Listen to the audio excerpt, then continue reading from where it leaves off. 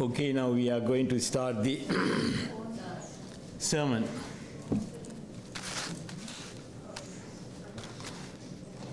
Will you say sadhu, sadhu, sadhu?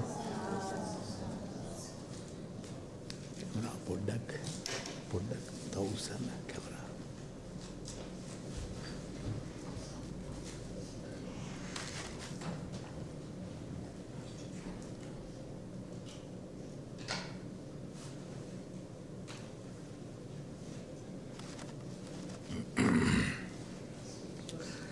Samanta Chakvalisu Atra Gachantu Devata Saddhammang Nirajas Sunantu Saggamukkhadang Dhammasavana Kalu Ayam Bhadanta Dhammasavana Kalu Ayam Bhadanta Dhammasavana Kalu Ayam Bhadanta Namo tassa bhagavato arahato samma sambuddhassa Namo tassa bhagavato arahato samma sambuddhassa Namo tassa bhagavato arahato samma sambuddhassa Yoga vijayati bhuri ayoga bhuri sanjayo Etang dvedha patang nyatva bhavaya vibhavaya ca tathathanang nivasaya yatha bhuri pavadhati. Dear friends in the Dhamma, this is the stanza I have selected for today. Introduction to this first sermon given by the Venerable Mahamahinda. This stanza coming from, it comes in the Dhammapada. The meaning of that stanza, it says, actually from meditation arises wisdom. Without meditation, wisdom decreases. Knowing this twofold path of gain and loss, let one so conduct oneself that wisdom may increase. So that is the meaning of that stanza. So it is mostly connected with the meditation practice. So it has a small story connected with this stanza. There was a venerable called Potila at the time of the Buddha. He was a very learned monk on the teachings of the Buddha, and also he had 500 monks, disciples. He used to give lectures, give sermons and things for the others, but he has not attained any status of mindfulness. So whenever he meets Buddha, Buddha used to tell him that tuccho potila. That means the useless potila. It is not abusive, but it is that is a word it says. That means because although he learns the Dhamma, he knows the Dhamma, but he hasn't had it, only he gives it to the others. So that is why Buddha said. Then every time he heard this one from the Buddha, then he was thinking, why he is telling me? Then he understood that I haven't attained anything, only I give sermons like us. So that is what happened. So you haven't attained anything, but you give sermons, lot of sermons. So then he thought, I have to do something for this. Then what he did, he left his monastery without telling anyone. He went far away and to another monastery. And there was a senior monk. He asked, I want to be your disciple. Can you take me as your disciple? Then the senior monk said, no, I can't. Can you go to the other one? There were 30 monks in that temple. Nobody wanted to take him because they knew that the monks had he is so proud of his learning. Then lastly, there was another young Samanera. Then he was directed to that Samanera. Samanera said, yes, I can take you as my disciple, but you have to be obedient to me. You have to do whatever the things I am telling you to do. Then he agreed. And he has taken as his disciple. Then that young Samanera, the novice monk, has given some kind of teachings to him to the meditation practice. Then he started practicing that. When he is practicing that, then he understood the value of the meditation. Then at the time of the Buddha also helped him to understand from his supernormal power. He said that this stanza saying that Yogave jayati bhuri ayoga bhuri sanjayo. From meditation arises wisdom.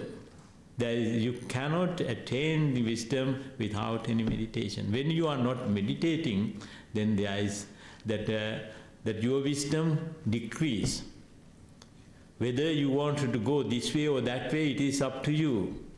Whether you want to gain wisdom or lose your wisdom. Then the wise person, what he will do, he will select the correct path, that means practicing meditation.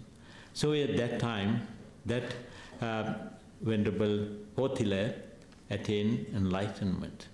So this is the history of that. Then also this is the advice, because normally when we give a sermon, we give advice for the listeners. Sunata, Dharita, Charata. Listen and get into your mind, and also the behaving, and also the act according to that. So that is why I said that meditation is very much important.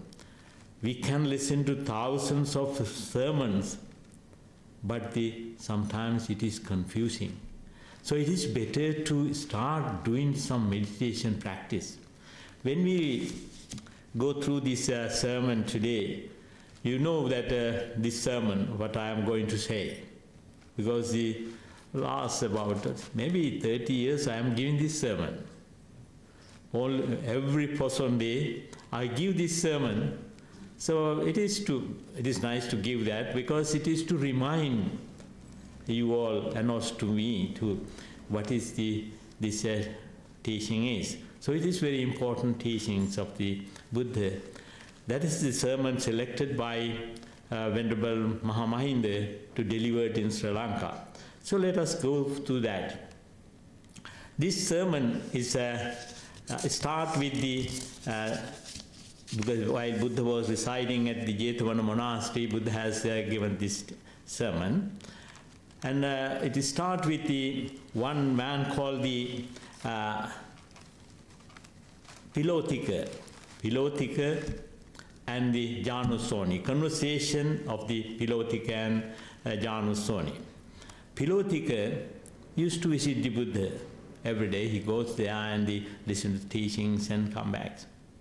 One day, Pilotika went to listen to the Buddha's teaching, and while he was coming back, going home, then he met another gentleman called Janusoni. Janusoni, he came in a carriage. That means he was a high-class man at the society. Then he saw the Pilotika. He asked Pilotika, where are you coming from? Then the Janusoni said that the Pilotika, Janusoni asked Pilotika.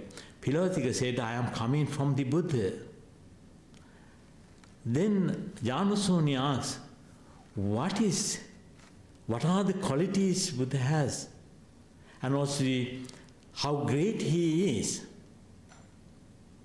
Then Pilotika said, about the Buddha's qualities, about the Buddha's wisdom, I cannot say, because only another Buddha can explain about it. So I am not a person to say that. Then the Januswami said, how you can say that? Because it is is he that so powerful or so having a lot of wisdom? Then the Pilotika explained that because there are things he has seen whenever he was going to see the Buddha, because there are a lot of things he has seen. So according to that, he said that according to that I have decided he is a great person. Buddha is a great person, and also he is his Dhamma, his teaching is great, and also his Sangha is great. According to that, he said. Then the Janusoni asks, why you are saying that? Because I have seen, it is like he has given an analogy, example. Because if an elephant tracker goes to a elephant jungle, whenever he see that great the footprint of an elephant, then the elephant tracker can decide it is a great bull elephant. Same way, I have seen the Buddha's footprint. That's in Pali, so the Jnanapada, Buddha's. That means he explained, Pilotika explained to Janusoni, saying that there are 4 kinds of people who come to see the Buddha. Kshatriyas, and also the Kshatriya means nobles, and also the Brahmins, also they come, and also the householders, and also recluses. Because those people are very much educated people. Whenever they heard that Buddha is going to come, has come, then they wanted to see the Buddha, and also they wanted to ask questions from the Buddha, and also they were thinking that if the Buddha answered in this way, we will ask another question. In this way, they thought they wanted to argue with make some kind of clarification from the Buddha. But that Pilotika said, whenever they come, having a lot of ideas within themselves, they come. But whenever they come to see the Buddha, after listening to the Buddha, they didn't have any questions, because Buddha's teaching is very much clear. Because there is no any other things they could ask from him, because it was so clear. That is why he said that it is like a great Jnanapada, that means a wisdom track of the Buddha. Because so much knowledge is there, and Buddha has given that knowledge to them. So that is why I understood that Buddha is great, and also Dhamma is great, and also Sangha is great. So, and also after when they listened to the Buddha, then they understood they are in a wrong path. They are, before they think they were recluses, but they were not. They were celebrities, they are not. And also they are not ascetics. They thought before that they were doing it. But after listening to the Buddha's teaching, they had that idea. They have removed that idea of whatever they had. So some people, they came as Arahant to the Buddha. That Arahant, but they think that they are Arahant, but they are not. After listening to Buddha's teaching, they understood what is that Arahant means. In this way, the Pilotika explained to Janusoni about the greatness of the Buddha. So that is why he said, looking at that, I decided, then the Buddha is fully and self-awakened one. Samma Sambuddho Bhagava. Dhamma is well taught by the Buddha, and also the Swakhato, and also then the Sangha is well disciplined. The Supatipanno Bhagavato Savaka Sangho, that is what he said. Then the Janusoni got down from his vehicle and pay respect to the side of the Buddha, wherever Buddha was there at that time. And also then he wanted to see the Buddha, then he went to see the Buddha. And they had a conversation with the Buddha. He said, he went to the Buddha and said, Venerable Sir, I met Pilotika. Pilotika is talking highly about you, explaining about all the conversation, whatever he had, about the elephant footprint. Then the Buddha said, Pilotika has not completed that simile, because it is not like that. There is a difference in it. Then the Buddha said, if that elephant tracker is a wise person, if he is a very clever person, looking at a footprint of an elephant, he cannot say that it is a great bull elephant. There are some other type of elephant in the jungle. In the text it says Vamanika, Ucha Kalarika, and also Ucha Kaneruka. In this way explained, there are different type of elephant in the forest. Their foot also could be bigger. Looking that footprint, one cannot decide that is a great bull elephant. If you want to decide it, you have to follow the track of that elephant. Wherever he has put his feet, and also wherever he broke his branches and things, then you have to go further and further and to jungle and see whether it is a great bull elephant. Then if someone is going in that way, then he will see the great bull elephant lying down or sitting down or breaking branches or something. Then after seeing that great bull elephant, that is the greatest one among the elephants. So Sri Lankans mostly know about elephants.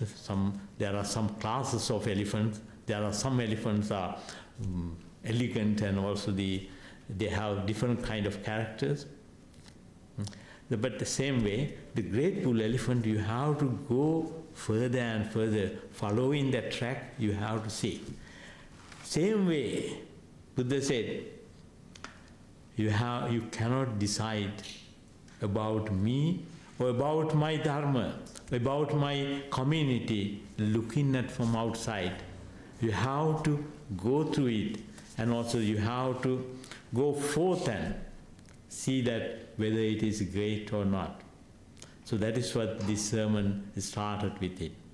So he started with it to show that looking at from outside, you cannot decide it is a good thing or bad thing. So you have to go in, and then you can decide it. So then Buddha explained here, whenever a person who wanted to listen to the Buddha, and they come and listen, and also afterward they find the Buddha's teaching is something they can take into their life, which will help them to eradicate suffering in this world. So that is what Buddha is doing. Buddha said, I am not teaching anything else. I am teaching only the suffering, how to overcome that suffering and how to get rid of that suffering and to be happy, to that path. Whenever someone is listening to that Buddha's teaching, then he thinks that I should do the same thing. Then what he will do, he will follow the teachings. Then first thing what he is doing, he practice at home, whatever the way he can practice. Then afterwards they find there are a lot of hassles in the lay life. I think you all know. I don't know that, but I know. You know that a lot of problems and difficulties in our life. It is not an easy life. Whatever you will spend, whatever you do, it is not an easy task. So there are a lot of suffering in it. But suffering we don't understand. That will come later. But we don't understand whether it is suffering or not. So the person, he thinks that, yes, I have to go further. Then he will leave his house whatever the positions they have, they leave it, give it to someone else, and they enter the order. After entering order, what will happen? There is a path, Buddha explained, because there are some kind of principles. We don't say it is rules, but there are things which is very useful to practice for all of us. So that is what Buddha explained those things. Because a person should avoid from unwholesome deed from his body. Whatever we call the kaya karma, whatever we do our body, that is called the not to kill, not to steal, not to misbehave. In that way we live that life. And also the purification of our word, that is another thing, because not to tell lies, not to slander, not to backbite, and also all the unwholesome things, whatever we do, get rid of that. So after getting rid of that, there are some other things. We have the respect for the plant life, not only human beings, even the environment, they have that kind of good feelings.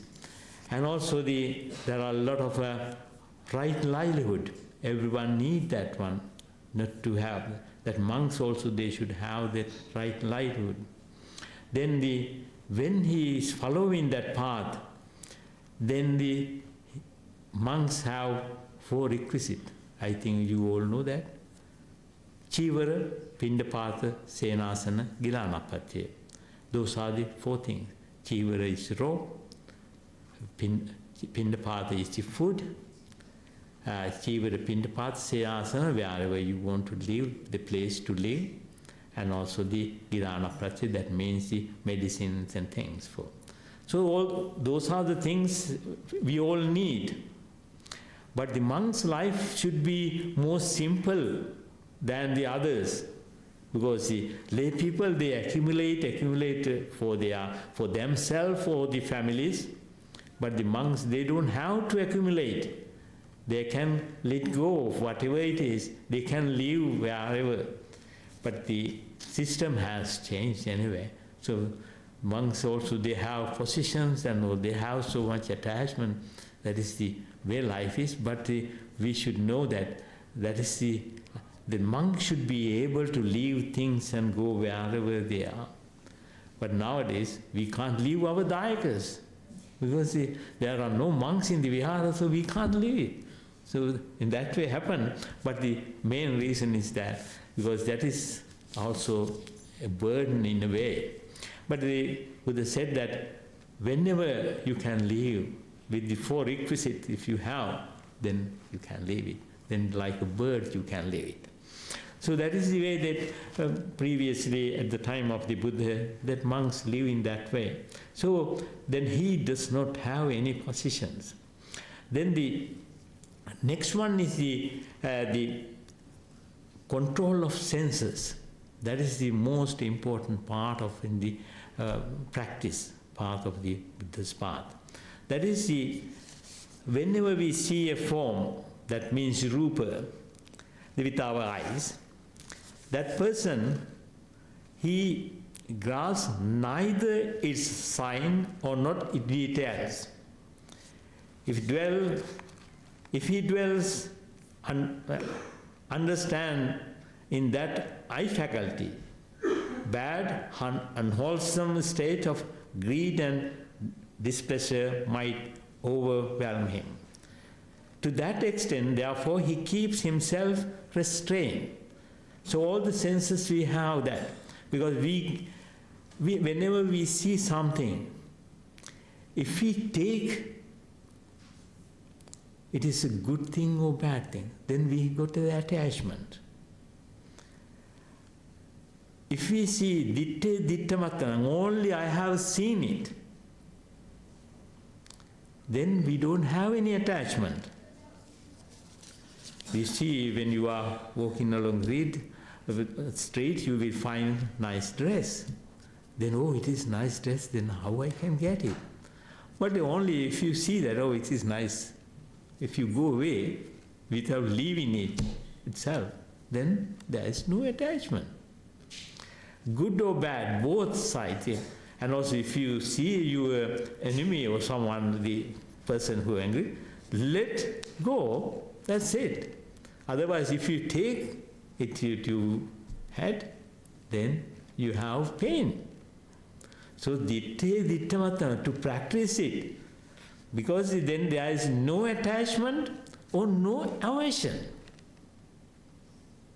That is the rupa whenever we see things. And the same way Buddha explained, the life should be like that. Whenever we hear things, we should not have attachment to it. We should not take it. If we take it as a pleasure or if we take as a bad thing, then you have a problem. That's when you hear the bad word someone is telling, if you ignore it, if you forget it, then there is no problem. Otherwise, you will carry all day that word for yourself, because that bad or whatever things. Good also the same thing. Whenever someone says about good something to you, then you will have some kind of pride. That pride makes you to suffer itself. So you have to let go of this thing. We appreciate things, but it is different thing. But if you take it as it is yours, then it is a problem. So Buddha said, that person, if someone is practicing it, then it doesn't take those words. You listen, acknowledge it, and let go. Then it is finished. So that sute sutamattang, only listen. There is no attachment to it. And also all the others, like the sound, also same thing. And also the other things, what is called the chakku, sota, ghana. When the smell comes, a nice smell coming from the kitchen, then you feel hungry, isn't it? You feel, oh nice. Then you are taking more attachment to that. And so when you get the bad smell of the same thing, oh, I hate that one. Then that is the thing. But if you let go, that is called the mutamattam. That is only just some kind of things came and it went away. Then there is no attachment. Same way the taste also same thing. Taste, if you attach, then you may remember, I had a nice food. Then you have it, I should go eat again to that restaurant because that is a nice place. That's we all do most of the time. That's what you do. Oh, it is nice food. We go over there. But it won't be nice next time. This time may be nice, but the next time it won't be nice. So if we have that attachment, the attachment make us to have the worries, and also the same time, then I don't like that place again. So those things happen. So it is just to mutapatta. That is also the same thing. Then same way, when you feel someone, touch someone, oh, it is a nice feeling. Oh, when someone you don't like that person, but if he touches you, then you feel so angry. And also if you like someone, then, oh, it is nice, you let go. But if you don't have attachment to that or that, then there is no pain, no suffering. So that is what the attachment those make. And also the same way, the mind objects, that is also come to our mind. Anger comes. Then if we take it, then it is also giving problems. And also when you understand that if I take it, then it gives me pain, then why should I take it? Let go. That is called the viññāte viññātamattam, whatever the things come to our mind. And also because as human beings, so we have a lot of mind objects, feelings, those things comes. When we attach to it, that is the problem. It comes and let go. Then that's it. So mindfulness is the next factor Buddha explained in this sermon. That is called Sati Sampajanya. Sati Sampajanya, in order to develop this one, we have to seek a quiet place and we have to practice meditation. Because then through the meditation you will understand how those things comes. Sound comes, taste comes, all these things come. Then you understand how to not to attach to it, how to avoid from it. Then that is what Buddha was saying here. When the person is practicing that in that way, then whatever the way, then he can overcome the 5 mental hindrances. 5 mental hindrances are the main things affect our day-to-day life. So that is what Buddha explained in that sermon. Buddha said, sensual pleasure. Sensual pleasure is we call the kama chanda, the lusting after sense pleasures, grasping on sense objects. What we'll do, it is always doing some kind of looking forward to things, searching after this and that. Those things happen. But the sound, taste, smell, all these things what we do, because when we have the kama chanda, sensual desires, we are looking for new and new things. But it won't give you complete satisfaction, because maybe you like things and you buy it, but the next day you hate it, I don't like it, you don't feel it. In this way it happens. So that is why Buddha said, we need objects, but you have to have that it is for the use only, not to attach to the things, because going after one after another, grasping it. So it gives so much pain and pain for our mind. And also it is not the way Buddha explained. It is the attachment. The attachment always bound with suffering always. So hatred, that is the same thing. Ill will, aversion, there are annoyance and irritation. They are expression of those things. It is the mind which strikes again the objects and want to get rid of it. That's what it's doing. It is a very turbulent and violent state. The mind is this state is literally burning, great deal of suffering. So you know what is this anger is doing for us. Sometimes it is burning. When you get angry one day in the morning, then it will carry on in the evening, and also at night it comes because that anger always within you. But if you have the ability to get rid of, get away with it, and if there is no attachment to it, then you are happy. So that is what we Buddha explained here. And also sloth and torpor, that means the laziness of the mind and sluggishness.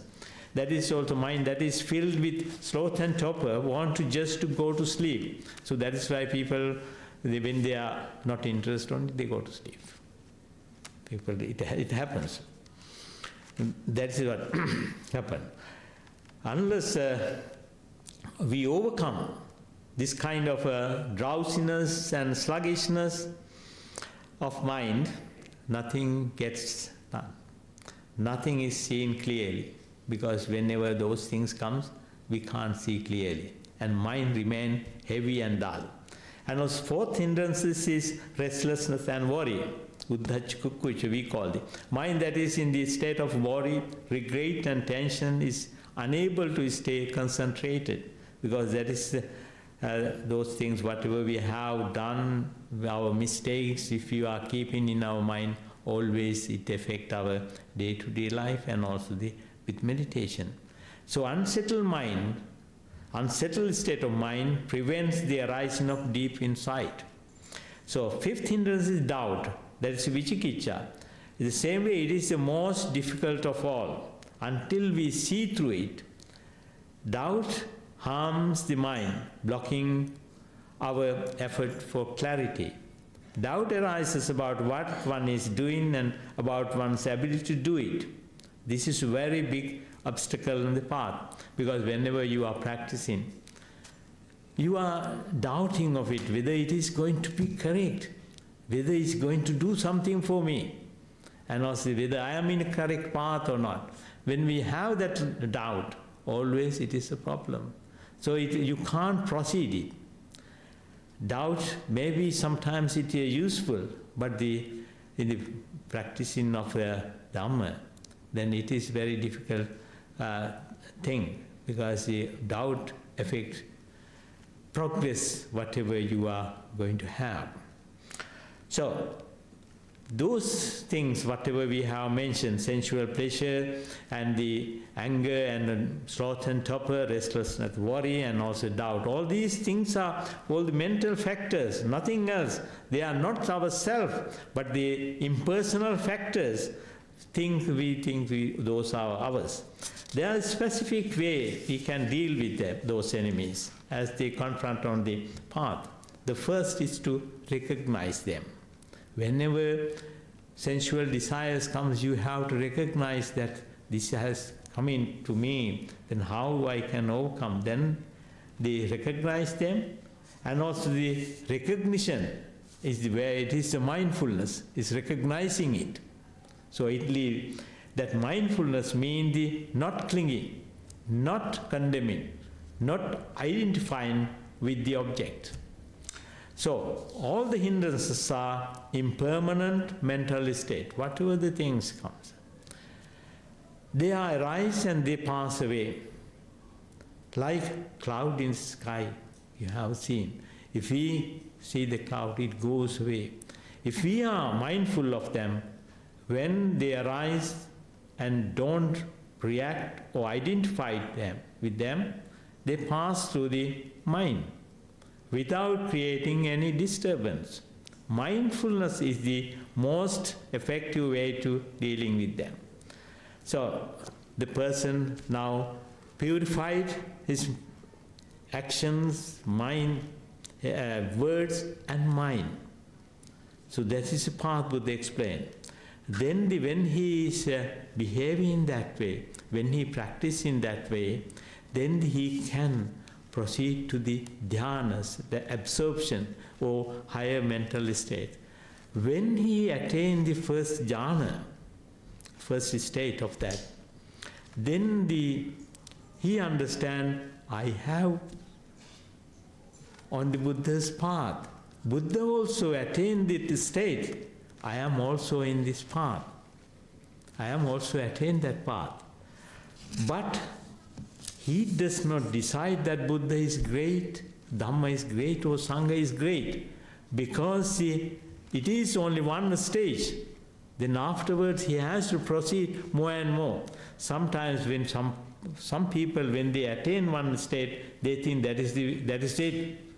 But then they are mistaken. And also it is not the path they have attained, because it is the only one way. That is why we have a lot of Sotapanna people and also the Arahant people, and saying that I am Arahant, I am so on and things, because they have that pride comes and those things affect to their path. But they don't behave in that way. But Buddha said, here, one attained that state doesn't mean he knows the Buddha. Then he has to go further. Then the second dhyana and third dhyana and fourth dhyana he attained. But even though he is not fully convinced that he attained the status of the Buddha, what attained, he is still searching for. Then he go further. Then he practice further and further that meditation, and also then he attained the special knowledges. First is the knowledge of former existence. Actually, you can remember when the Buddha attained enlightenment under the Bodhi tree, first state he also attained that Pubbe Nivasanusati Jnana, that means the knowledge of his former existence. Then he could remember what are the existence they had. Because then, if we can remember, then it is a good thing, then we know what the wrong things we have done in our previous life, then we know that there is results coming from that. So then he knows that that state, that because it explained about rebirth, whatever the life we had. So although he attained that state, it is not the final things. Then he attained another knowledge. He get when he practiced another knowledge that called the knowledge of the passing away of and rebirth of other beings, Chutupapata Jnana. Because first you can attain your previous life, then you can attain the state to see the other's life too. Then they know, then the person knows what are the karma and how it comes, the results and the rebirth and all these factors I explained. Then they know really, because there is a life after death. Whether you want to suffer again and again, then he understands that. So that is why it is. And even though that state, he cannot say that the Blessed One is the fully self-awakened one. And also Dhamma is well spoken by the Blessed One. The community of disciples is well practiced, you can't say. Then he attained another knowledge, eradication of all defilements. That means asavakkya jnana, the knowledge of the destruction of mental influxes, because there are a lot of influxes in our mind. Then how to attain that is explained asavakkya jnana. With his mind so concentrated, purified and bright, free from defect, the monk, that person, whoever ordained and also whoever practiced, direct and motivated into the knowledge of the destruction of the mental influxes. Then the meditator, that person, that monk, come to understand. He knows as it is really, this is suffering. That is the time he understands. He knows as it really is, this is the arising of suffering, how the suffering arises. He knows as it really is, this is the ending of suffering. Then he knows as it really is, this is the path to ending of suffering. Then he understands. He knows as it really is, there are mental influxes within us. And also he knows as it really is, this is the arising of our influxes. He knows as it really is, this is the ending of our influxes. He knows as it really is, this is influxes. That is also path. But he is not yet attained that state. He knows it, but he hasn't attained it. Then lastly, what will happen? Final liberation comes. Finally, knowing and seeing, yoniso manasikara. That is the most important word. Remember, yoniso manasikara, knowing and seeing. Yoniso manasikara, meditation, mind is liberated. Because that is the yoniso manasikara comes here. The mind is released from influxes of sensual desires. That's kama asava. Then the mind is released from the influxes existence. That is called the bhavasava. Then the mind is released from the influxes of ignorance. That is the avijjasava. That is the time. When it is liberated, there comes the knowledge. It is liberated. Then the person knows, I am liberated, because he understood all these things. Then he understands the birth is destroyed. The holy life has been lived. What had to be done has been done. There is no more coming to any state of being. This is called the Tathagata's footprint. At this stage, the disciples come to the conclusion, the Blessed One is the fully self-awakened one, Samma Sambuddho Bhagava. The Dhamma is well spoken by the Blessed One, Swakhato Bhagavata Dhammo. The community of disciples is well practiced. Supatipanno Bhagavato Savaka Sangho. That is the time he comes to understand Buddha's greatness, Dhamma's greatness, and greatness of the Sangha. Here at long last, the noble disciples see the Buddha face to face. Having trodden the path of deliverance, he has achieved deliverance and so knows that the teacher is the teacher of deliverance. Having trodden the path, he knows this is indeed the path to deliverance. So, in the Buddha's teaching, the practice alone will bring proof. It is the Dhamma for realization, each by oneself. This is a DIY. And also after listening to this sermon, Janusoni Brahmana became a follower of the Buddha. So this is the sermon given by the Venerable Mahamind. In that regard, we see that what are the main things we have to understand. It says one of the sermons, Buddha said, Janato bhikkhu, janato aham bhikkhave passato asavanam kayam vadami, sabbasava sutta. No ajanato, no apassato, kincha bhikkave, janato, kincha passato asavanam kayam vadami. Yonisocha manasikaro, ayonisocha manasikaro. Ayoniso bhikkave manasikarato, anupanno cheva asava uppajjanti, uppanna cha asava pavaddanti, Yonisocha bhikkave manasikarato anupanna cheva asava na uppajjanti, uppanna cha asava pahiyanti. English translation, it says, I say, the Buddha said about the asava, Sabbasava Sutta, Buddha said, I say that destruction of the trained is for one who knows and sees. Trains means asava. Not for one who does not know and see. Who knows and see what? Wise attention, yoniso manasikara. And unwise attention, ayoniso manasikara. How to see that? Yoniso manasikara and ayoniso manasikara.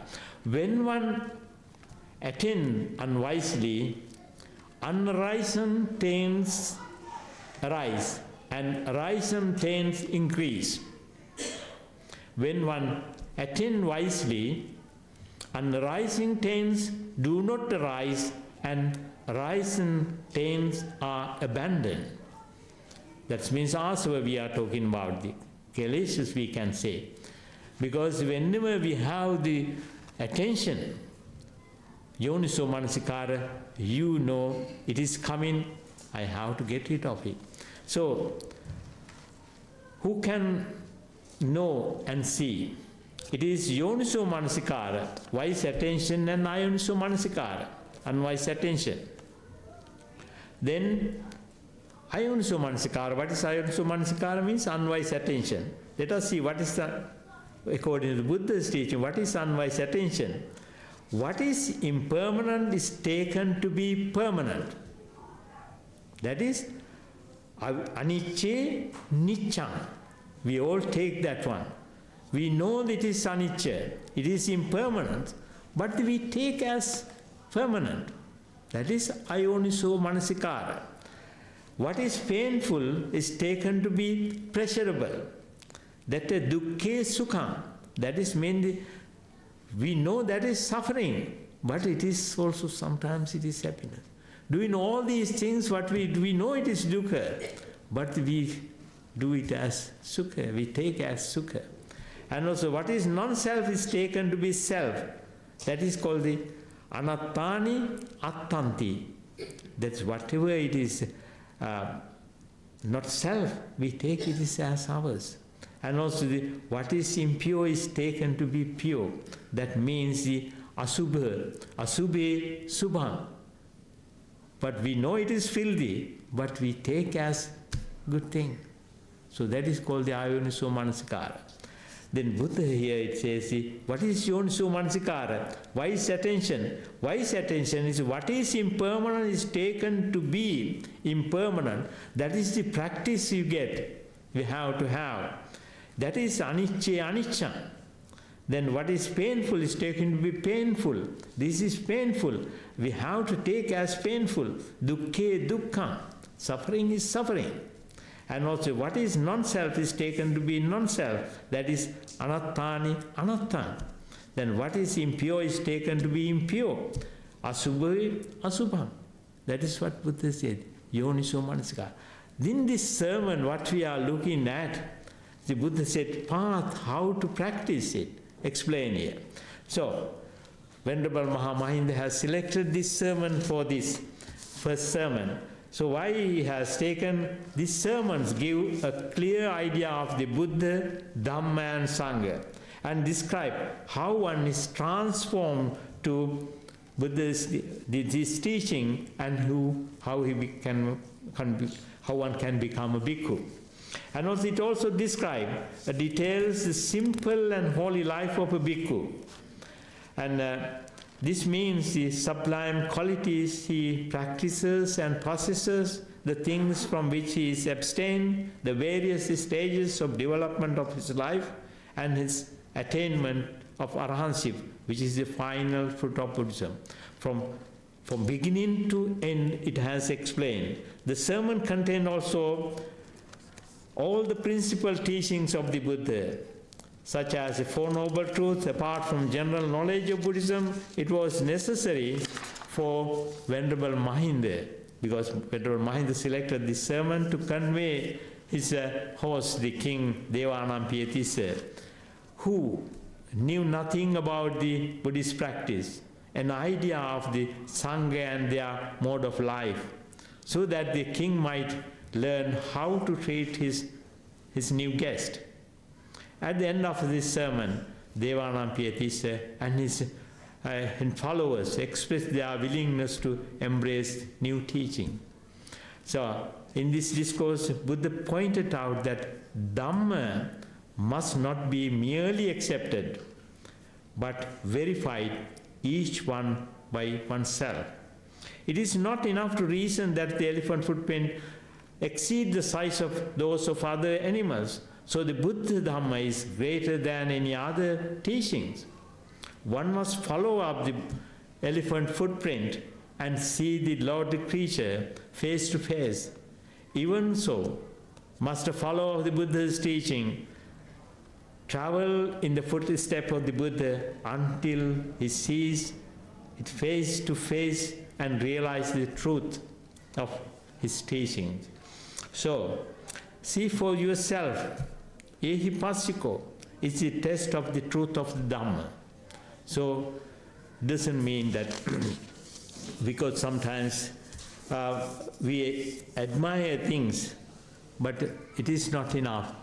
We have to follow the path and also go slowly and also understand the teachings and also follow that path. Whenever you practice yoniso manasikara, wise attention, you can live peacefully and happily. It can apply for day-to-day life, even as a layperson. So hope you understand a little bit of Dhamma today. So whatever I want to say, may this understanding and teachings help you to attain the supreme bliss of Nibbana one day.